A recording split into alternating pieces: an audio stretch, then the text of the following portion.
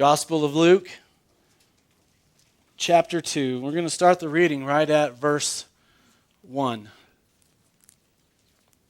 If you didn't come in with a Bible, there should be one in a chair around you, underneath the chair around you, that you're more than welcome to use. We have those for you to use.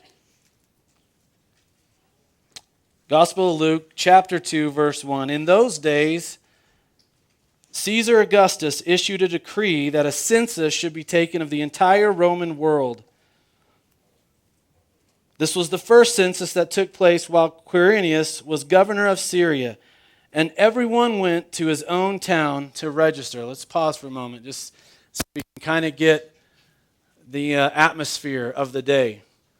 Caesar Augustus is emperor of all Rome. And of course, Rome just spread out to them over all the known world at that time. But here's what's interesting about Caesar Augustus. Caesar Augustus was born by the name of Octavian. I don't know if that rings a bell to you historians or not, but Octavian was the great nephew of Julius Caesar. Julius Caesar was in power, and so Octavian's grandmother was Julius Caesar's sister, if you want to get that picture in mind. Well, Julius Caesar took such a liking to Octavian that he actually adopted Octavian as his own son and made him heir to the throne, if you want to use that phrase. And it was just about a year later that Julius Caesar was murdered. Now here's what's interesting. Octavian basically could have stepped into leadership alone, but instead he split up his leadership between two other guys. So three of them then split up all the provinces of Rome between the three of them. Mark Antony was one, and this other guy started with an L. I can't remember his name off the top of my head. It was a name I had never heard of before. The three of them split up their powers between all of Rome. And it seems to be that they did that to try to bring a time of peace. There had been so much warfare taking place. Unfortunately, it became the opposite. Warfare escalated, and it became decades of brutality and bloodbath kind of war. And it happened between the three of them as they were fighting amongst themselves. Eventually, after some decades of this kind of warfare, Octavian wins out, and he wipes out the other two guys, and he becomes Rome's first emperor, self-designated emperor, by the way. And he convinces even the Senate to call him that. And he then gets the name Caesar Augustus. And apparently, the word Augustus refers to something holy, something that is so highly exalted that it even should be worshipped. So this is this guy that's in power at this time.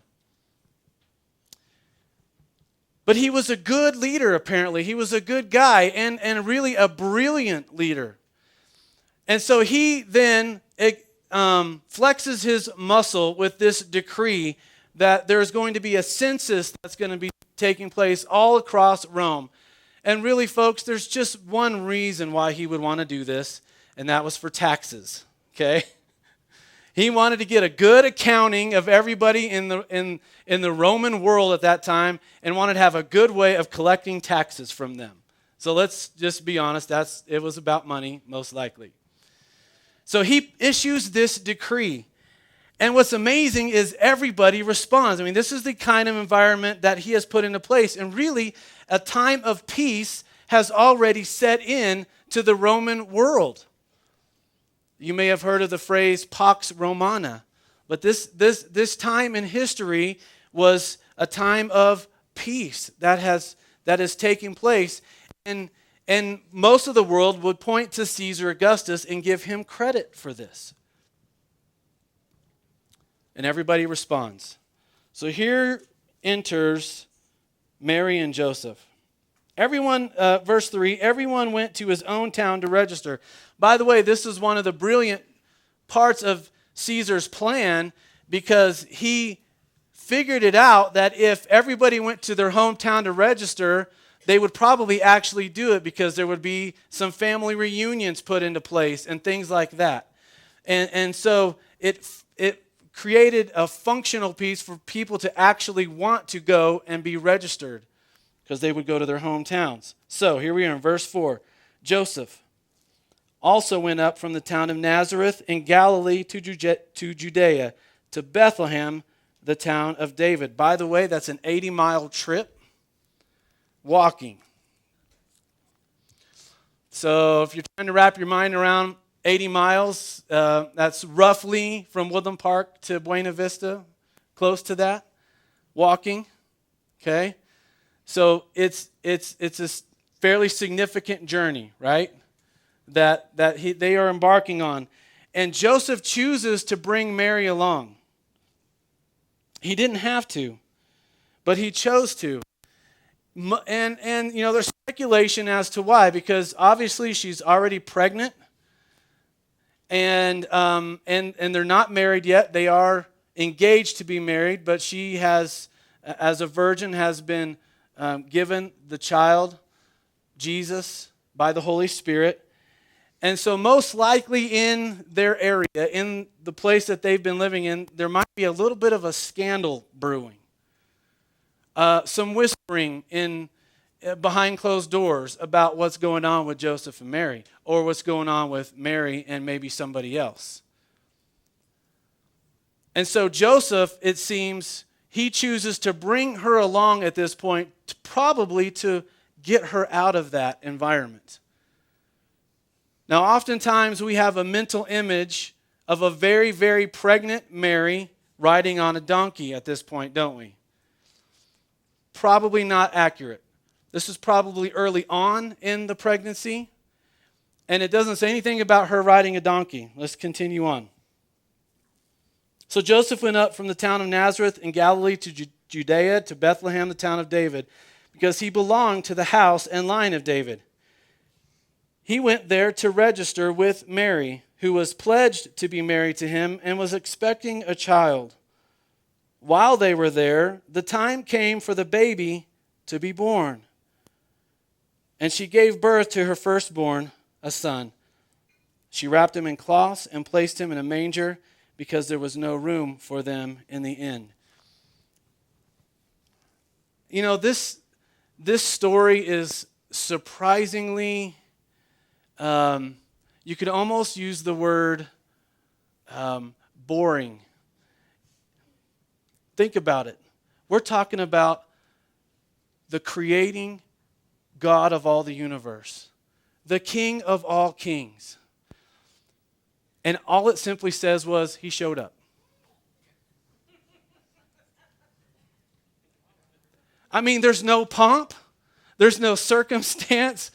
You know, I get the image in my mind of the Lion King. I mean, come on, when the Lion King cub was born, all the animals from the jungle showed up that day in awe of the new baby being born.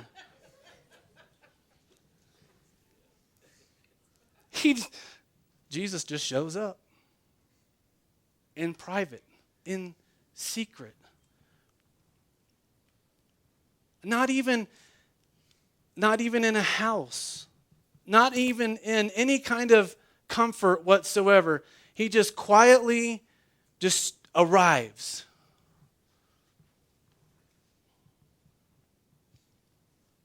Isn't that shocking? Shockingly simplistic.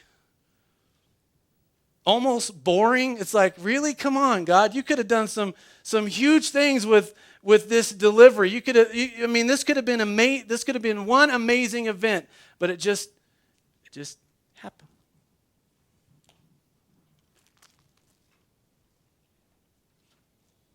And she wrapped him in cloths and placed him in a manger because there was no room for them in the inn. All right, why?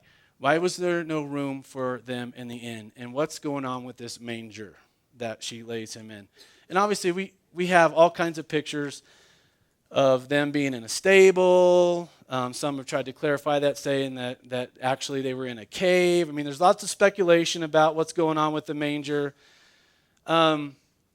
And probably all of this is really just very Jewish in its roots. Most likely, I may rock somebody's world here today with this, okay? But most likely, Jesus was not born on December the 25th.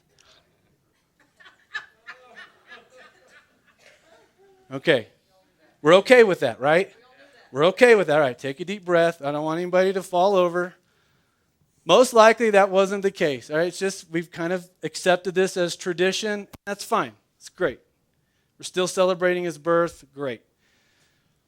Probably, most likely, he was born during the Festival of Booths or the Feast of Tabernacles. If you do some study on the Feast of Tabernacles, you'll see that the Feast of Tabernacles is all about God with us. And there's lots of imagery in the Feast of Tabernacles that lines up with the birth of Christ, including the shepherds who we're about to read about. So most likely, that is Jesus's arrival time, and it's fulfilling the prophetic piece of the Feast of Tabernacles. It really makes perfect sense, and that puts us really sometime in September, okay? But it's okay. You can still celebrate it on December the 25th. Don't feel bad about that. We just need to have some clarification, because here's the thing. During the Feast of Tabernacles, one of the things that people do is they set up a little tabernacle thing out in their yard, and they call it a sukkah.